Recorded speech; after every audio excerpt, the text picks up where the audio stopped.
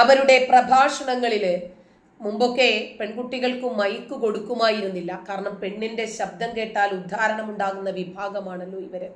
അതുകൊണ്ട് മൈക്ക് പോലും കൊടുക്കാത്ത കാലഘട്ടത്തിൽ നിന്ന് വ്യത്യസ്തമായി MM അക്ബറിനെ പോലെയുള്ള ആളുകളൊക്കെ പിന്നീട് സ്ത്രീകൾക്ക് എഴുതി ചോദിക്കുന്ന ഒരു രീതിയായിരുന്നു ഞങ്ങളൊക്കെ പഠിക്കുന്ന കാലത്ത്. പിന്നീട് അവർക്ക് മൈക്ക് കൊടുത്ത് ശരിക്കു പറഞ്ഞാൽ ഉസ്താദുമാര് പണി വാങ്ങിച്ചു എന്ന് പറഞ്ഞാൽ മതിയല്ലോ. ഒരു പെൺകുട്ടിയുടെ ചോദ്യമാണ്. 3 ഉസ്താദുമാരെ മുക്കി മൂളി ഒരു മണിക്കൂറോളം ആ ഒരൊറ്റ ചോദ്യത്തിന് ഉത്തരം പറഞ്ഞിട്ടും ഉത്തരമായിട്ടില്ല. ചോദ്യകർത്താവിനും സാറ്റിസ്ഫാക്ഷൻ ആയിട്ടില്ല, ചോദിച്ച അല്ലെങ്കിൽ ചോദ്യം കേട്ട ശ്രോതാക്കൾക്കും കംഫർട്ടബിൾ അല്ല. ഉത്തരം പറഞ്ഞു ഉസ്താദുമാര് മാറി മാറി പറഞ്ഞിട്ട് അവർക്കും ഒരു സാറ്റിസ്ഫാക്ഷൻ ഇല്ലാത്ത രീതിയാണ് ഈ ചോദ്യം. കാരണം 1400 വർഷങ്ങളായി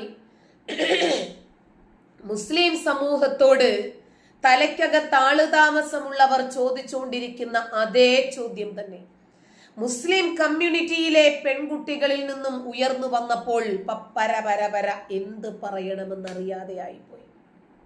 കേട്ടോ,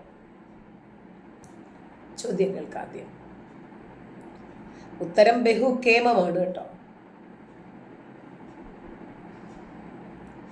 മുസ്ലിം പെൺകുട്ടികൾക്ക് ഇപ്പൊ ചിന്തിക്കാൻ ധൈര്യം വെച്ചതുകൊണ്ട് അവര് ചിന്തിക്കുകയും ചോദ്യം ചോദിച്ചു തുടങ്ങുകയും ചെയ്തിട്ടുണ്ട്. എൻ്റെ പേര് മുബീന, ഡിഗ്രി വിദ്യാർത്ഥിനിയാണ്.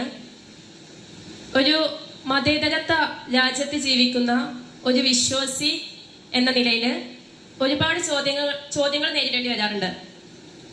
ചിലപ്പോഴൊക്കെ നമ്മുടെ മറുപടികളും സംശയ സാധൂകരണങ്ങളൊക്കെ തന്നെയും മതിയാവാത്ത സാഹചര്യങ്ങൾ ഉണ്ടാവാറുണ്ട്. അങ്ങനെ എനിക്ക് അനുഭവപ്പെട്ടിട്ടുള്ള ഒരു സംശയമാണ്, പലതായിട്ട് എന്നോട് ചോദിച്ചിട്ടുള്ള ഒരു ചോദ്യമാണ്, 10ഓളം സ്ത്രീകളെ ഭാര്യമാരായി സ്വീകരിച്ചിട്ടുള്ള പ്രവാചകൻ, അതിൽ തന്നെ 6 വയസ്സുള്ള പെൺകുട്ടിയടക്കം ഉണ്ടായിരുന്നു എന്നതായിട്ട് കാണാൻ സാധിക്കും. അങ്ങനെയുള്ള ഒരു മനുഷ്യനെ എന്തടിസ്ഥാനത്തിലാണ് നാം ദൈവദൂതനായൊക്കെ പരിഗണിക്കുന്നത്? അതുപോലെ തന്നെ ശൈശവ വിവാഹങ്ങളൊക്കെ ക്രിമിനൽ കുറ്റമായി കാണപ്പെടുന്ന ഈ ഒരു സമൂഹത്തിൽ അതേ ചര്യ തന്നെ പിൻപറ്റേണ്ടതുണ്ടോ എന്നുള്ളതാണ്. വ്യക്തമായ മറുപടി പ്രതീക്ഷിക്കുന്നു. അസ്സലാമു അലൈക്കും. ചോദ്യം വളരെ കൃത്യമല്ലേ ചോദ്യം? ഒരു പുരോഗമന സമൂഹം ഈ അപരിഷ്കൃത ഗോത്ര രീതിക്കാരോട് വർഷങ്ങളായി ചോദിച്ചു കൊണ്ടിരിക്കുന്ന അതേ ചോദ്യം തന്നെയാണ് ആ പെൺകുട്ടിക്ക് ചോദിക്കാനുള്ളത്. ഒരേ സമയം 10ലധികം ഭാര്യമാർ, 6 വയസ്സായ പെൺകുട്ടിയെ വരെ ഭാര്യയാക്കി. അവർക്ക് വേണ്ടത് കളിപ്പാട്ടമല്ല, അവർക്ക് വേണ്ടത് കളിപ്പാട്ടമാണ്, പട്ടുസാരിയോ സ്വർണമോ അല്ല എന്ന് തിരിച്ചറിഞ്ഞ് ലേശം കൂടെ മൂപ്പ് വയ്ക്കാനുണ്ടെന്ന് മനസ്സിലാക്കി നബി തന്നെ ഒരു സ്പെഷ്യൽ ഇനിഷ്യേറ്റീവ് എടുത്തിട്ട് പിതാവിന്റെ അടുത്ത് തന്നെ കൊണ്ടാക്കി കുറച്ചുകൂടെ മൂപ്പിച്ചിട്ട് ഇങ്ങോട്ട് തായോ എന്ന് പറഞ്ഞ ഒരു രീതിയെ ഇന്നത്തെ പുരോഗമന സമൂഹം ചോദ്യം ചെയ്യുമെന്നേ. അദൃശ്യജ്ഞാനിയായ അള്ളാഹുവിന്റെ തീരുമാനപ്രകാരമാണ് പ്രവാചകൻ ആയിഷയെ വിവാഹം കഴിച്ചത് എന്ന് ഹദീസുകളിലൂടെ നമുക്ക് മനസ്സിലാകുന്നു. അപ്പൊ മനസ്സിലായോ? അങ്ങനെയാണെങ്കിൽ ലോക ജനങ്ങൾക്ക് മുഴുവനും മാതൃകാ പുരുഷോത്തമനായ പ്രവാചകനിൽ നിന്ന് ഈ രൂപത്തിൽ ഒരു കൃത്യമുണ്ടാകുക എന്ന് പറഞ്ഞാൽ ഏത് കാലഘട്ടത്തിലാണ് ഇദ്ദേഹം മാതൃകാ പുരുഷോത്തമനാകുന്നത്? അതിനു മുമ്പ് ഇങ്ങനത്തെ ചോദ്യങ്ങളൊക്കെ സ്വാഭാവികമായിട്ടും വരുമല്ലോ. ഈ ചോദ്യത്തെ ഇവര് നിറഞ്ഞ അസഹിഷ്ണുതയോടുകൂടിയാണ് കാണുന്നത് കേട്ടോ. ചോദ്യം ചോദിച്ചു തുടങ്ങുമ്പോഴേക്ക് തന്നെ ഇവരുടെ മുഖമൊക്കെ അങ്ങോട്ട് വരിഞ്ഞു മുറുകാൻ തുടങ്ങും. ആ രൂപത്തിലൊരു ചോദ്യം എൻ്റെ കയ്യിലുണ്ട്. ആ കുട്ടി ചോദിച്ചു തുടങ്ങുമ്പോഴേക്ക് തന്നെ ഈ ചോദ്യത്തിന് ഒരു സൂക്ഷ്മതക്കുറവുണ്ട് എന്നാണ് അദ്ദേഹം പറയുന്നത്. അങ്ങനെയൊക്കെ പറഞ്ഞു കഴിഞ്ഞാൽ ഇനി ആരും ഇത്തരം ചോദ്യങ്ങളുമായിട്ട് മുന്നോട്ട് വരില്ല. അത് തന്നെ ആരും ചോദിക്കരുത് ഇത്തരം ചോദ്യങ്ങൾ. കാരണം പബ്ലിക്കിൽ നിന്നിട്ടാണല്ലോ ചോദിക്കുന്നത്. അപ്പോ ഈ ചോദ്യങ്ങൾക്ക് ഉത്തരം പറയാതിരിക്കാനും പറ്റില്ല. പറഞ്ഞിട്ടില്ലെങ്കിൽ നമ്മളെ പോലെയുള്ള ആളുകൾ എടുത്ത് പഞ്ഞിക്കിടത്തില്ലേ? അതുകൊണ്ട് എന്തുത്തരം പറയും എന്നുള്ളൊരു കൺഫ്യൂഷനിലാണ് ഇവർ. എന്തെങ്കിലും ഉണ്ടായിരുന്നു, ഇപ്പൊ കാണുന്നില്ല. ചോദ്യകർത്താവിനെ ഇവര് വല്ലാതെ ബുദ്ധിമുട്ടിപ്പിക്കും. എന്നിട്ട് ഇവരുടെ മുഖഭാവമൊക്കെ മാറുന്നത് കാണുമ്പോഴേക്ക് തന്നെയുമല്ല വേറൊരാൾ ഇങ്ങനെ അടുത്ത് നിൽപ്പുണ്ടാവും. എന്തിനാണെന്നറിയാമോ? മൈക്ക് പിടിച്ചു വലിക്കാൻ. ചോദ്യം ചോദിക്കാൻ ആരോഗ്യമുള്ള വ്യക്തിക്ക് മൈക്ക് പിടിക്കാൻ ആരോഗ്യമില്ല എന്നാണ് ഇവരുടെ ഒരു ധാരണ. അപ്പോ കണ്ടില്ലല്ലോ, ഭയങ്കര സഹിഷ്ണുതയോടുകൂടിയാണ് ആ ചോദ്യകർത്താവിനെ ഇവര് കാണുന്നത്. കണ്ടില്ല, നോക്കട്ടെ, ഞാൻ എടുത്തു തരാം കേട്ടെ, എൻ്റെ കയ്യിലുണ്ട്, എവിടെയോ കിടപ്പുണ്ട് ഒരു ചോദ്യം. എന്തായിരുന്നാലും ഈ ചോദ്യത്തിന് മറുപടി എന്താണ് ഇദ്ദേഹത്തിന് പറയാനുള്ളത് എന്ന് മിനിമം ഒന്ന് കേൾക്കാം.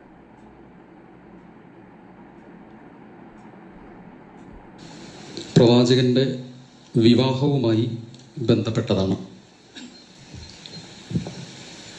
10 വിവാഹങ്ങൾ അഥവാ 11 കഴിച്ച പ്രവാചകനെ അതിൽ തന്നെ ശൈശവ വിവാഹം എന്ന നിലയ്ക്ക് നാം പരിഗണിക്കുന്ന ഒരു വിവാഹം കൂടി ഉണ്ടെന്നിരിക്കെ എങ്ങനെയാണത് മാതൃകാപരമായ ഒരു പ്രവാചകൻ എന്ന് വരുന്നത്? ഇതാണ് ചോദ്യത്തിന്റെ മർമ്മം. അതിന്റെ ഉത്തരത്തിലേക്ക് വരുന്നതിന് മുമ്പ്, അല്ലെങ്കിൽ അതിന്റെ ആമുഖം എന്ന നിലയ്ക്ക് സൂചിപ്പിക്കുന്നത്, ഈ ഒരു വിമർശനം ആദ്യം ഉന്നയിക്കേണ്ടത് എല്ലാ തരത്തിലുള്ള പ്രവാചകന്റെ പ്രവർത്തനങ്ങളെയും വിമർശനപൂർവ്വം കണ്ടിട്ടുള്ള പ്രവാചകന്റെ കാലത്തെ ആളുകളാണ്. നബി പറയുന്നത് തെറ്റാണെന്ന് അവർ പറഞ്ഞു, നബിയുടെ പ്രവർത്തനങ്ങൾ തെറ്റാണെന്ന് പറഞ്ഞു, ഭ്രാന്തൻ എന്ന് വിളിച്ച് അധിക്ഷേപിച്ചു, മാരണം ബാധിച്ചവൻ എന്ന അർത്ഥത്തിലുള്ള പദപ്രയോഗങ്ങളുണ്ടായി, കെട്ടുകഥകൾ എഴുതുന്നവനാണ് എന്ന രീതിയിൽ പരാമർശിച്ചു. ഇങ്ങനെ മാതൃകായോഗ്യനല്ലാത്ത ഒരു പ്രവാചകനായി മുഹമ്മദ് നബി സല്ലല്ലാഹു അലൈഹി വസല്ലമയെ ആ നാട്ടിലുള്ള ആളുകൾ, അഥവാ പ്രവാചകനിൽ വിശ്വസിക്കാത്ത ആളുകൾ, മതത്തിൽ വിശ്വസിക്കാത്ത ആളുകൾ, ഇൻവെർട്ടർ കോമയിൽ അന്നത്തെ യുക്തിവാദികൾ വിമർശിച്ചിട്ടുണ്ട്. പക്ഷെ അവരാരും പറയാത്ത ഒരു വിമർശനം, ഏതാണ്ട് 16-ാം നൂറ്റാണ്ടിന് ശേഷം വന്ന ഒരു വിമർശനമാണ് പ്രവാചകന്റെ വിവാഹങ്ങളുമായി ബന്ധപ്പെട്ട ഒരു വിമർശനവും അതിൽ തന്നെ ആയിഷ റളിയല്ലാഹു അൻഹയുടെ വിവാഹത്തിലേക്ക് ചേർത്തു പറഞ്ഞ ഒരു വിമർശനം.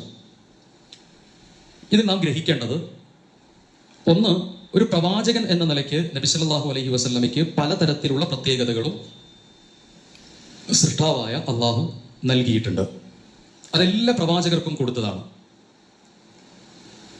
യേശു ക്രിസ്തു ഈസാ നബി അലൈഹി സ്വലാത്തു വസ്സലാമയ്ക്ക് ചില പ്രത്യേകതകളുണ്ട്, അവിടെ ഉണ്ടായിരുന്ന ആളുകൾക്ക് ആ പ്രത്യേകതകൾ ഉണ്ടായിരുന്നില്ല. മുമ്പ് കഴിഞ്ഞുപോയ പല പ്രവാചകന്മാർക്കും ചില പ്രത്യേകതകളുണ്ട്, അവിടെ കൂടെ ഉണ്ടായിരുന്ന ആളുകൾക്ക് ആ പ്രത്യേകത ഉണ്ടായിരുന്നില്ല.